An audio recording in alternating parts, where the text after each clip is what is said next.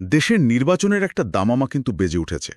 নির্বাচন কমিশন তো তফসিল ঘোষণার প্রস্তুতি নিচ্ছে, আর রাজনৈতিক দলগুলো নিজেদের মতো করে ঘর গোছাচ্ছে। কিন্তু এই প্রস্তুতির পাশাপাশি বাতাসে ভাসছে অভিযোগ, পাল্টা অভিযোগ, আর একটা গভীর অবিশ্বাসের ধোঁয়া।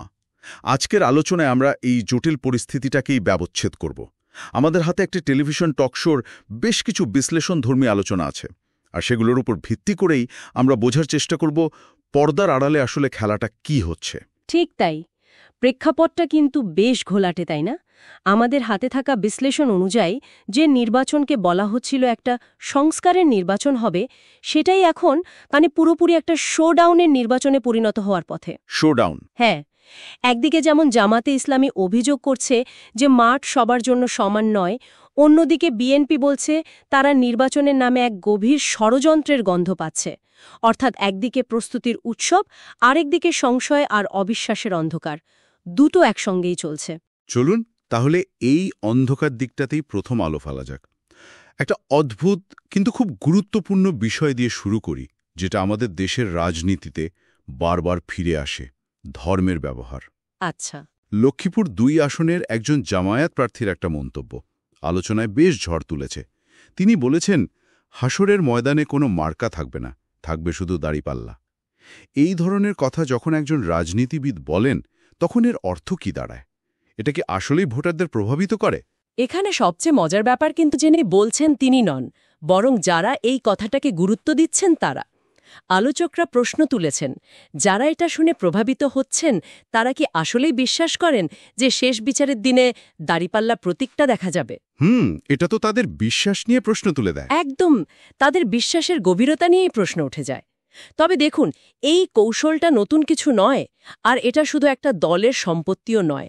আমাদের রাজনৈতিক ইতিহাসে প্রায় সব বড় দলই এই কার্ডটা কোনো না কোনো সময় খেলেছে। তার মানে এটা একটা পরীক্ষিত ফর্মুলা।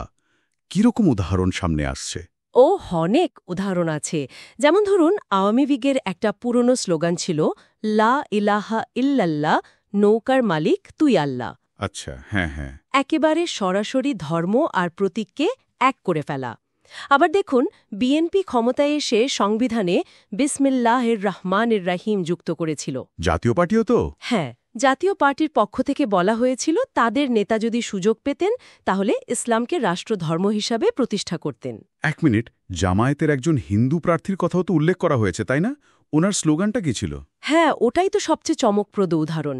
সেই প্রার্থীর পোস্টারে লেখা ছিল, হরে কৃষ্ণ হরে বলো, দাড়িপাল্লা টেনে তোলো। কি বলছেন? হ্যাঁ, এটা শুনলে বোঝা যায় ধর্মকে রাজনৈতিক পণ্য হিসেবে ব্যবহার করার ক্ষেত্রে কোনো বাছবিচার নেই। যে জনগোষ্ঠীর কাছে যেটা বিক্রি করা যাবে ঠিক সেটাই প্রয়োগ করা হয়। ব্যাপারটা অনেকটা কর্পোরেট মার্কেটিংয়ের মতো, টার্গেট অডিয়েন্স বুঝে পণ্যের বিজ্ঞাপন তৈরি করা। বিষয়টা একদিকে যেমন হাস্যকর, অন্যদিকে তেমনই ভয়ঙ্কর। এই প্রেক্ষাপটে বিএনপি আর জামায়াতের সাম্প্রতিক একে অপরকে আক্রমণ করার বিষয়টাও তো খুব ইন্টারেস্টিং। খুবই ইন্টারেস্টিং, কারণ এখানেই তো ভণ্ডামিটা স্পষ্ট হয়ে ওঠে।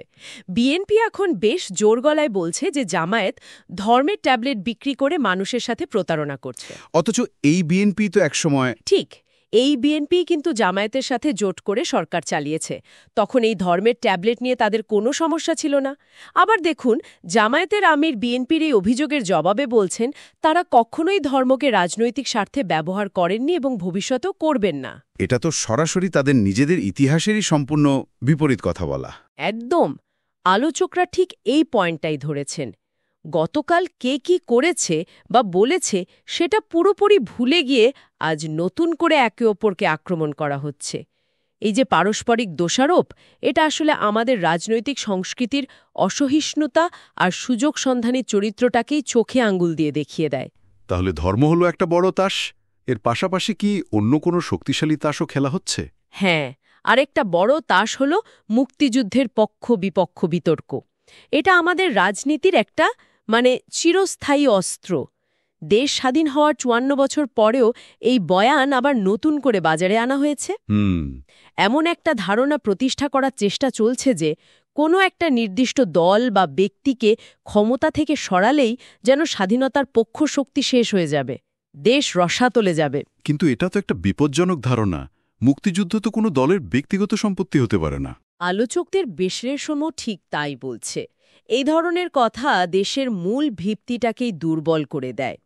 মুক্তিযুদ্ধ একটা সর্বজনীন চেতনা। কোনো একজন ব্যক্তি, গোষ্ঠী বা দলকে বিতাড়িত করলেই সেই চেতনা শেষ হয়ে যায় না। ঠিক।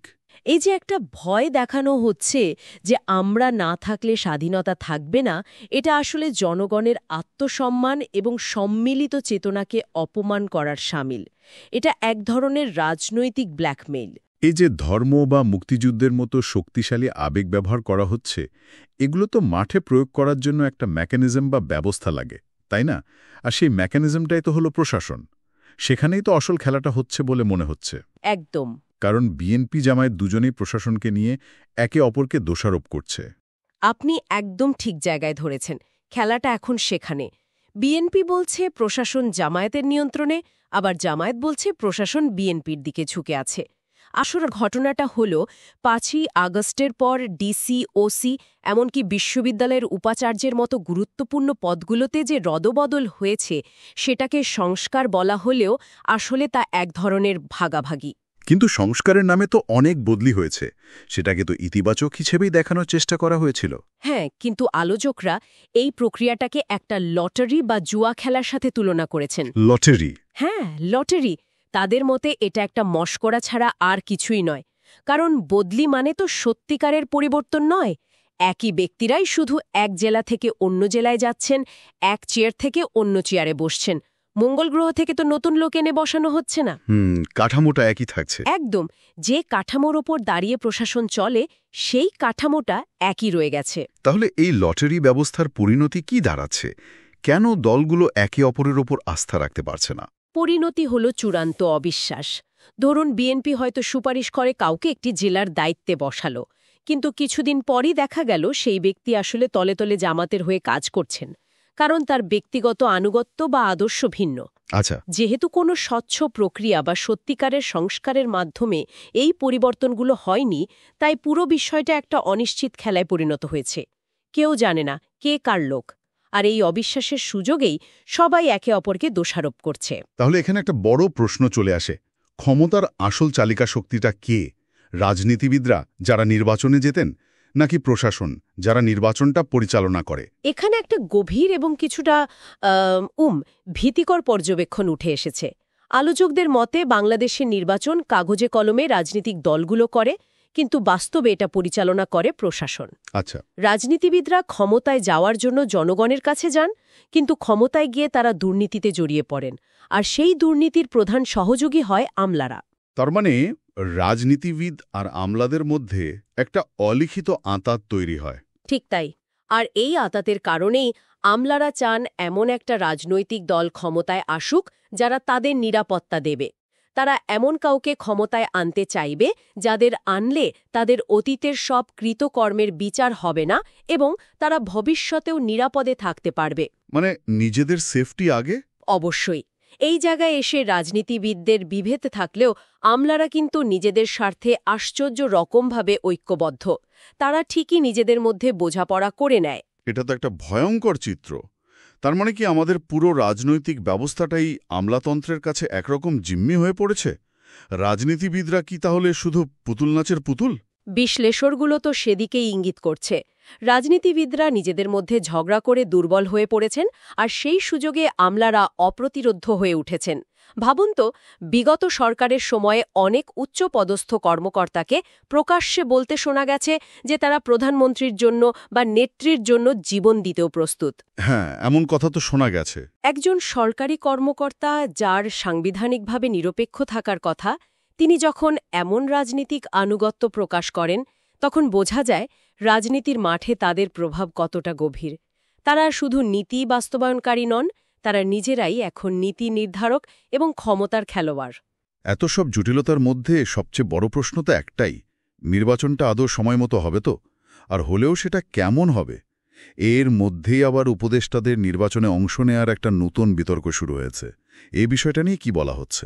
এ বিষয়টাকে একজন আলোচক খুব সুন্দরভাবে মুলার সালাদের সঙ্গে তুলনা করেছেন। মুলার সালাদ? হ্যাঁ, অর্থাৎ এটা মূল খাবারের পাশের একটা অপ্রয়োজনীয় আইটেম, যা দিয়ে মূল আলোচনা থেকে নজর ঘোরানোর চেষ্টা করা হচ্ছে। মূল বিষয় হলো একটা অবাধ, সুষ্ঠু এবং নিরপেক্ষ নির্বাচন আয়োজন করা। কিন্তু সে আলোচনা বাদ দিয়ে এখন বিতর্ক তৈরি করা হচ্ছে অন্তর্বর্তীকালীন সরকারের উপদেষ্টারা নির্বাচনে অংশ নিতে পারবেন কি পারবেন না তা নিয়ে। নৈতিকতার প্রশ্ন তো একটা আছেই। উপদেষ্টারা যদি খুদ নির্বাচনে প্রার্থী হন তাহলে তো সরকারের নিরপেক্ষতা নিয়ে প্রশ্ন উঠবে। কিন্তু আইনগতভাবে কি কোনো বাধা আছে? আইনগতভাবে হয়তো কিছুটা ধূসর জায়গা আছে। বলা হচ্ছে তফসিল ঘোষণার পর মনোনয়নপত্র জমা দেওয়ার শেষ দিনের আগে পদত্যাগ করলে হয়তো নির্বাচনে অংশ নেওয়া সম্ভব।